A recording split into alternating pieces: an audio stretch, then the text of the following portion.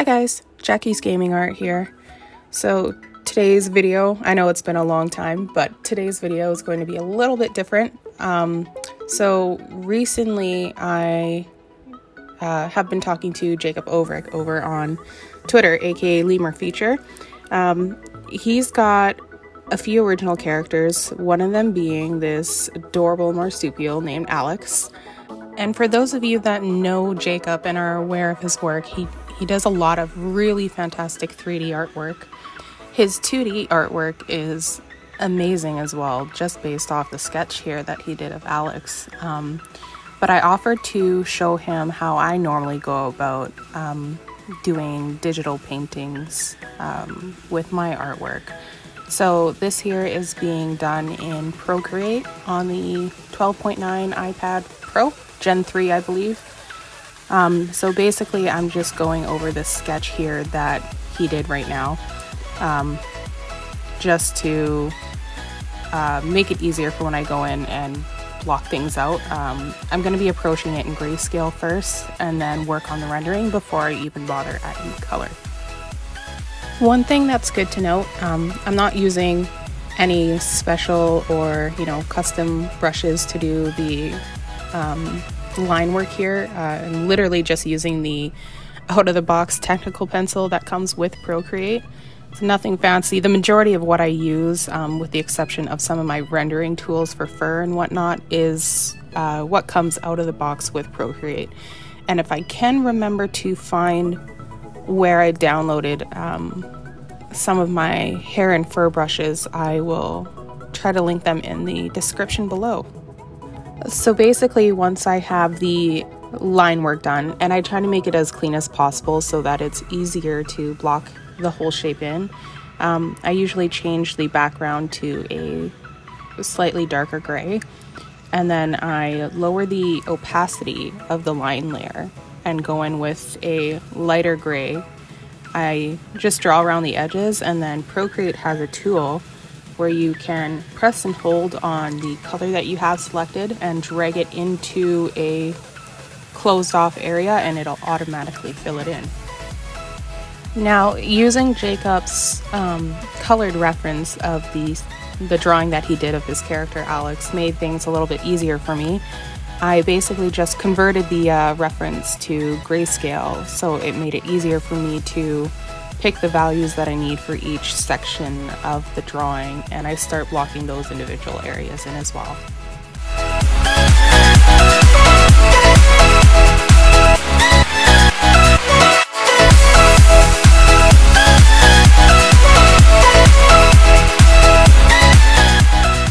Once I have that done, I start with some light shading, and for this I'm just using the soft airbrush that comes stock with Procreate. I imagine just about every drawing program out there has a soft airbrush that you can use, so that will work. And I'm just figuring out where would be best to put shadows so that each form, like his arm here, stands out from his stomach. And I'm not sure if you can tell, but the light source that I'm going for right now is kind of in front of him and slightly above him, based on where I have the shadows placed currently. Another thing to note, since you can't see it from the actual Procreate rendered recording here, so when I'm shading specific areas to make it easier so that it's not overlapping on areas where I don't want there to be that specific shade. So basically I have each section in its own layer. So all the whiter areas on him, like his paws, his stomach, and his feet and face, those will be its own layer. His hair is on its own layer, his ears, his little scarf there. And then when I'm going to add my light and shadows, I'm just putting layers above that one and setting it to clipping mask so that they only show up on that specific layer. And I'm not trying to go super crazy on the actual rendering end of things right now. As you can notice, his hair looks more like a bubble form almost. That will be changed once I have the actual grayscale portion down with all the lighting and shadows.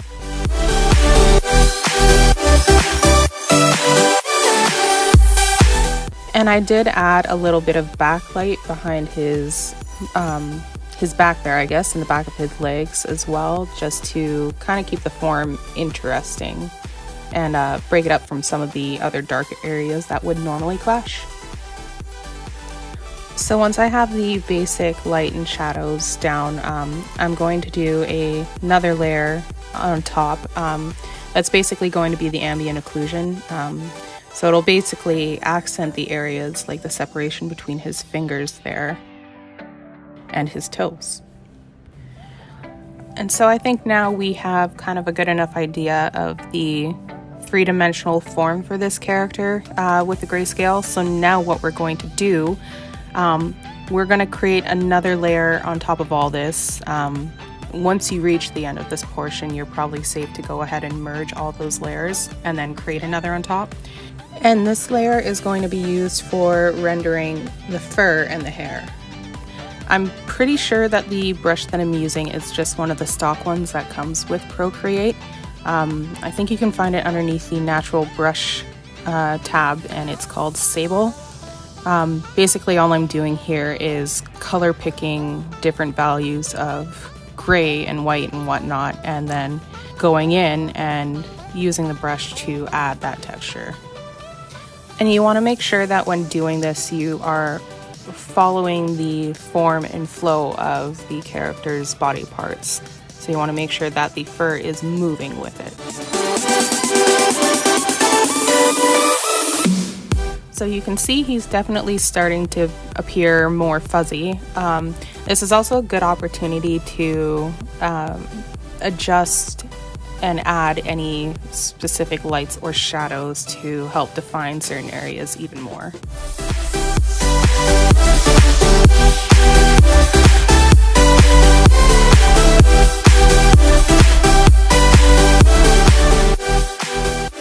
And you can see for certain areas where light and dark areas meet on the character that I'm using the fur texture to kind of almost make it blend into one another even more, because I mean, with most animals that you see in real life, there's never a harsh defined line separating color in their fur. So this part here is where you can see that I am taking the bubble-like hair and I'm going to make it actually look like hair. So essentially before, the reason why it looks like a bubble, I just needed an idea of where the lights and shadows go, and I use that to my advantage to just color pick areas in the hair and go in with actual hair strokes. Now, the brush that I use for this, I believe, is a custom brush, and I believe the artist's name was Blue Satan or something like that off Instagram. I'll see if I can find it and link it down below. It's either Blue Satan or Blue Satan. Don't quote me on either of those. So now I'm going to add the plaid design to the scarf that the character is wearing. Essentially all I did for this was I created a new layer on top of this scarf, set it to clipping mask, and set the layer to multiply, and would draw each stripe, again flowing with the form of the scarf, and then I'd play around with the opacity of it to make sure it looked nice. And now is the time to add color. So essentially what we're going to do, we're going to have those all merged again, and then you're going to create a new layer above for each specific color that you're using. The majority of the time you're going to set the visual settings of the color layers to color. There are some exceptions. If it's not blending with other colors the way that you want them to, you can try overlay or hard light even. Play around with them and see which one gives you the best effect that you like. So this is how I go about painting characters in Procreate. If you do have any other questions, or if there's something that I happen to miss explaining, please don't hesitate to contact me on any of my social media, Twitter, Facebook, Instagram, even in the comments below if that's what you prefer, and I will do my best to answer them for you. Definitely be sure to go give Jacob a follow. He is on Twitter as Jacob Overick / Lemur Feature. He's on Instagram and Facebook as well. He's also got his own YouTube channel. He just recently uploaded a time lapse of a 3D character that he did for I believe it's a tabletop RPG. But I'll link all his stuff below, and definitely go check him out. I hope this was helpful for you guys. I've been wanting to make this for quite some time, and I know a few of you have been wanting me to make something like this for quite some time too. I haven't really had the time until now. I hope this kind of counts as like a nice little Christmas present for you guys. Yeah, let me know if you have any other questions, and I will do my best to answer them. Thanks for watching. Bye.